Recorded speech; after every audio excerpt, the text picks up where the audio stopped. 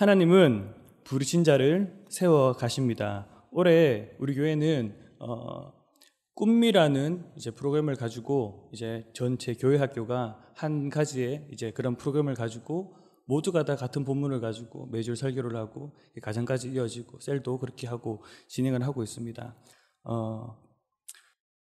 1월 달의 주제는 부르심입니다. 부르심이고, 그래서 부르심을 한번 살펴보고자 하는데, 부르심에는 부르는 이와 부름을 받는 이가 있습니다. 부르신다는 것은 누가 불렀을 것이고 부르심을 받았을 것입니다. 부르신 이는 누구냐 하면 바로 하나님이십니다. 부름을 받는 사람은 누구일까요? 바로 우리들입니다. 오천중앙교회이고 바로 나 자신입니다. 부르실 때에는 분명히 어떤 목적이 있고 어떤 요구사항이 있었기 때문에 불렀을 것입니다. 분명히 그러합니다. 저는 집이 다들 대구로 알고 계시죠? 저희 집은 경산 진량입니다. 네, 진량이고요. 이제 다음 달에 대구로 진짜 이사를 합니다. 네, 대구로 가는데 제가 대구에서 팀 사역을 하고 있습니다. 원웨이라는 찬양팀이고요. 매주 목요일 예배를 하고 밤늦게까지 예배하면서 연습을 합니다. 팀원이 있어야 팀이 조직이 됩니다. 그러면 그 팀원을 부를 때에는 목적이 다 있습니다. 실력도 볼 것이고 영성도 있고 인성도 그러한 기준이 있습니다. 팀에 맞는 지체들을 모집을 합니다. 저를 봐서 아시겠지만 실력이 다 좋은 것만은 아닙니다. 네, 잘 못하지만 이 친구는 같이 사역을 하고 싶다거나 실력적으로는 충분히 만들어가면 되겠다 해서 뽑는 그러한 친구들도 있습니다. 무슨 말이냐면 부를 때에는 무작정 부르는 것이 아니라 계획이 있다는 것입니다. 목적이 있어서 부른다는 것입니다. 제가 교육부에서 아동부를 맡고 있습니다. 아동부 교사들을 제가 잘 못 부릅니다. 왜냐하면 저보다 다 나이가 많아서 못 부릅니다. 네, 이제 4년 차가 되었는데 이제 조금씩 말을 섞을 수 있을 것 같습니다. 네, 쉽게 말해서 아이들을 부를 때에는 목적이 있습니다. 어떤 것을 하기 위해서 부를 때가 있습니다. 임무를 줄 때는 계획이 있습니다. 그것처럼 하나님께서 우리를 부르실 때에는, 우리를 이곳으로 부르셨을 때에는 계획이 있으시고 목적이 있으심을 기억할 수 있으시기를 바랍니다. 사람들이 어떤 기관에서 사람을 뽑을 때는 외모를 보기도 합니다. 실력도 봅니다. 인성도 보고 그렇게 합니다. 저도 이제 4년 차가 이제 되어 가는데요. 이제 횟수로 4년 차가 되어 가는데 저도 오천중앙교회 면접을 봤습니다. 우리 목사님 앞에서 면접을 봤습니다. 저는 아마도 외모를 보고 뽑으셨다고 생각을 하진 않습니다. 네, 갈 곳이 없어서 거두어 주셨을 것이라고 생각을 합니다. 그런데 그렇게 세워주시니 이렇게 찬양도, 이렇게 설교도 하고 제가 찬양 인도도 하고 있다는 것입니다. 우리는 하나님의 크고 깊으신 계획을 다 알지 못합니다. 어떤 일을 어떻게 불러서 어떻게 행해서 나아가실지, 어떤 크고 비밀한 일들을 가지고 계시고 이루어 나가실지 우리는 알 수 없습니다. 그래서 우리에겐 그 하나님의 말씀에, 그 하나님의 부르심에 순종할 수 있는 겸손이 필요하다는 것입니다. 그래서 우리에겐 기도가 필요한 것입니다. 우리는 요구를 할 것입니다. 때를 따라 주시는 그런 언약의 징표들을 우리는 요구를 할 것입니다. 1월 첫째 주에 한나의 기도가 있었습니다. 한나의 기도. 한나는 아들 사무엘을 얻기 위해서 아들이 없었기 때문에 간절히 기도했습니다. 눈물로 간절히 기도했을 때 제사장이 보고 네가 술 취한 것이 아니냐 할 만큼 그렇게 간절히 기도를 했습니다. 그 간절히 기도하는 사람을 하나님께서 부르신다고 말씀하셨습니다. 한나의 기도는 한나의 본인의 것을 채우기 위한 기도가 아니었고 하나님의 나라를, 하나님을 위해서 기도를 했습니다. 그렇게 기도했을 때 그렇게 기도하는 자를 하나님 부르셨고, 두 번째 사무엘을 불렀습니다. 하나님의 음성에 겸손하게 나아가는 자였습니다. 주님 말씀하옵소서, 주의 종이 듣겠습니다라고 그렇게 나아갔던 자를 하나님 부르셨습니다. 그리고 우상 숭배를 버리고 우리가 하나님께 나아가는, 이스라엘 백성들이 하나님께 나아가는 걸 방해하는 모든 세력들, 그런 우상들을 버리고 하나님께로 돌아오는 자, 금식했다라고 표현을 했습니다. 내 생명이 하나님께 있어 달려있음을 고백하는 그러한 마음으로 하나님께 기도하는 자들을 하나님께서 부르셨습니다. 자, 오늘 말씀에는 청년 사울이 왕으로 뽑히는 모습, 왕으로 세워지는 그런 모습을 보게 됩니다. 우선 사울은 왕으로 뽑히기 전에 사무엘을 만났습니다. 우리 오늘 읽은 말씀 그 절에 보면 10장 1절에 보면은 사무엘은 사울을 만나서 그에게 기름을 부어 주었습니다.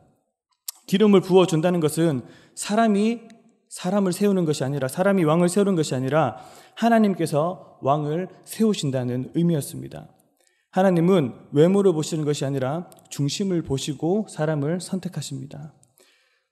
사무엘은 하나님의 명령을 따라서 비밀리에 사울을 왕으로 지명하고 기름을 부은 후에 이스라엘 백성들을 미스바로 모이게 했습니다. 그리고 요구를 합니다. 왕을 세워달라고 했습니다. 왕은 하나님이 왕이십니다.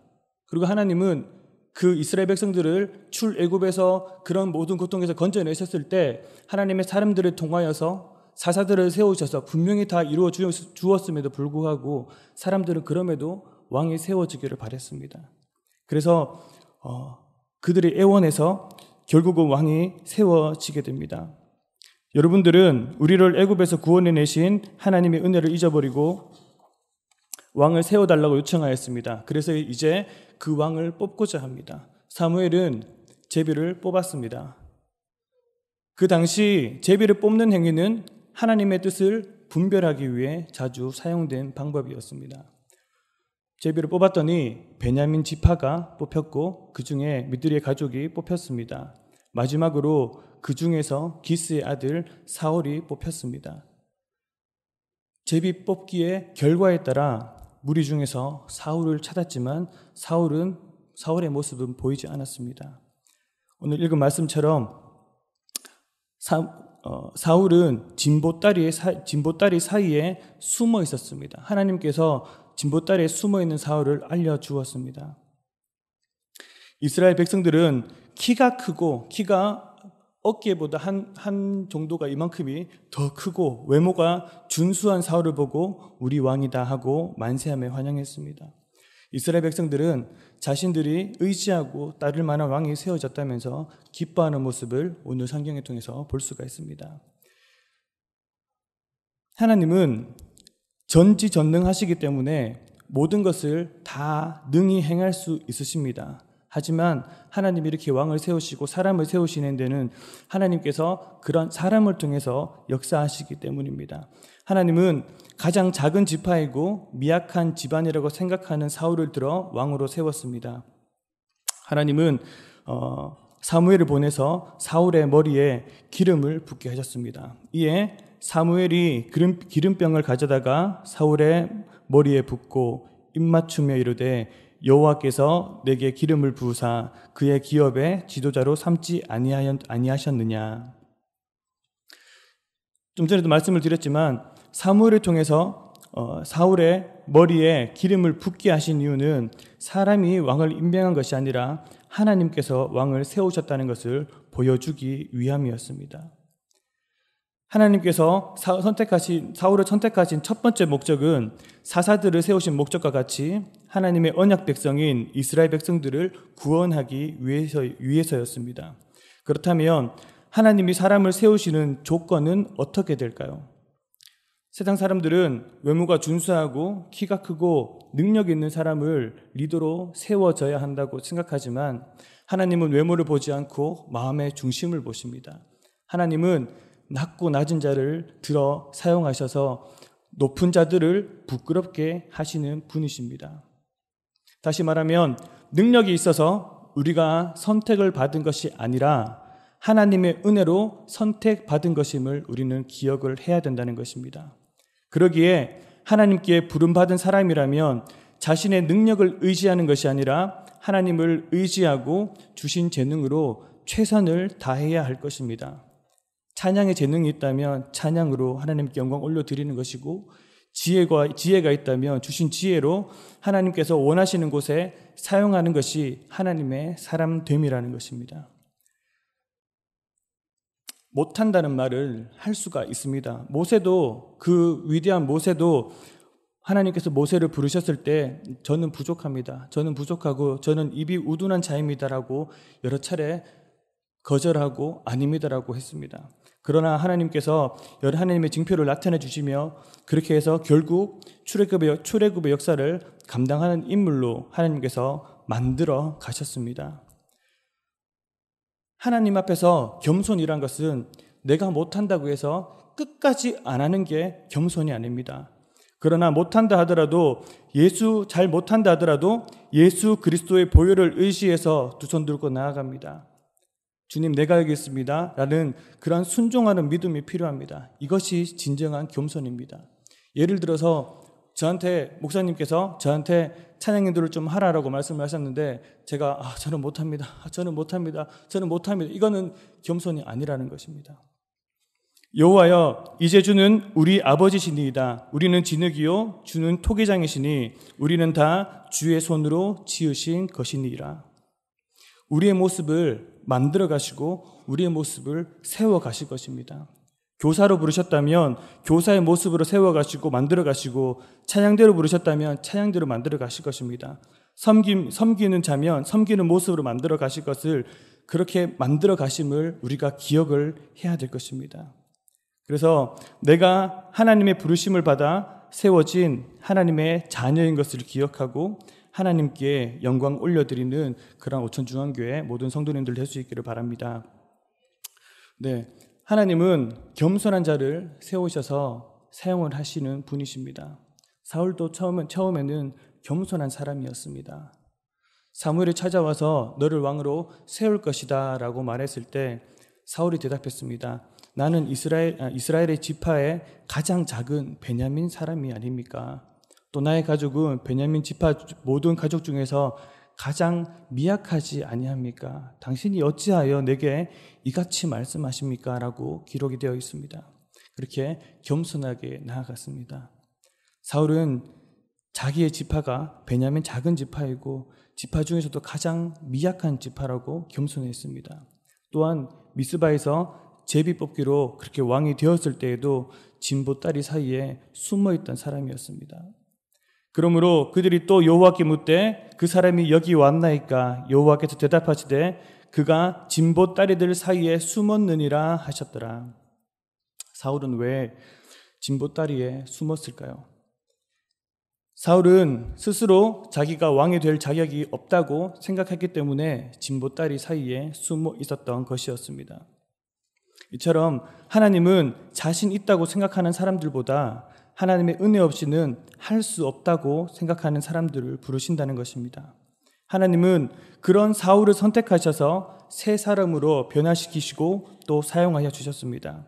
소심하고 자신이 없던 사울을 용감하게 만드셔서 전쟁터에서 가장 앞장서는 자로 만들어 가셨습니다. 만약에 하나님께서 여러분들을 부르셨는데 사울처럼 우리를 부르신다면 우리는 어떻게 대답하고 어떻게 행하여야겠습니까? 가장 먼저 우리가 해야 할 일은 우리의 능력을 키우는 것도 아니고 우리의 실력을 키우는 것도 아닙니다. 나의 능력과 나의 실력을 의지하기 전에 하나님께 은혜를 구하는 것이 먼저이고 최선입니다. 하나님은 겸손한 자를 부르시고 하나님이 부르신 자를 세우신다는 것을 기억해야 합니다. 하나님의 은혜 없이는 살아갈 수 없다고 고백하고 하나님을 높이는 자가 되어야 합니다. 첫째, 한나의 부르짖음처럼 사무엘의 그런 겸손히 하나님의 말씀을 듣는 것처럼 금식하며 하나님께 부르짖었던 것처럼 그 모든 행동들이 무엇을 얘기하냐면 하나님 앞에 바로 예배하는 예배자의 모습을 이야기하고 계신다는 것입니다. 즉 하나님께서 우리를 부르셨을 때 우리가 가장 먼저 해야 될 것은, 우리가 당연히 해야 될 것이 무엇이냐면 바로 우리가 있는 그 자리에서, 우리의 삶의 자리에서 하나님을 예배하는 것입니다. 아멘. 우리 자리에서 하나님을 예배할 수 있는 그러한 저와 여러분들이 되었으면 좋겠습니다. 부르신 곳에서 같이 할게요. 나는 예배하네. 어떤 상황에도 나는 예배하네. 부르신 곳에서 나는 예배하네. 어떤 상황에도 나는 예배하네. 내가 걸어갈 때 길이 되고 살아갈 때 삶이 되는 그곳에서 예배하네. 내가 걸어갈 때 길이 되고 살아갈 때 삶이 되는 그곳에서 예배하네.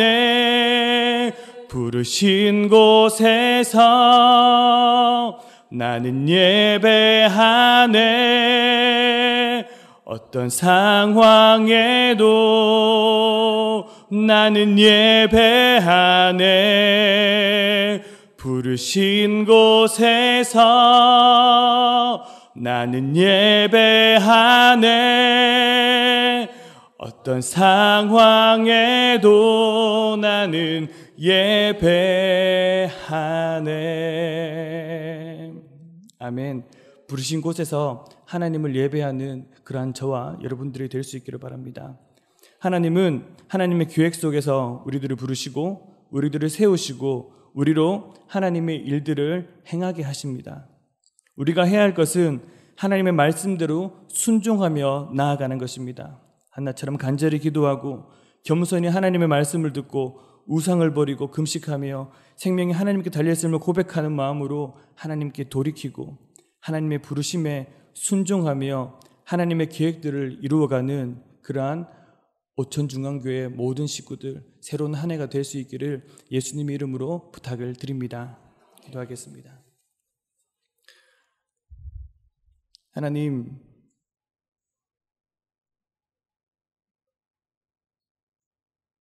우리를 세워주시고 우리를 불러주신 것은 하나님의 뜻이 있음을, 하나님의 계획하시 있음을 하나님과 믿고 고백합니다.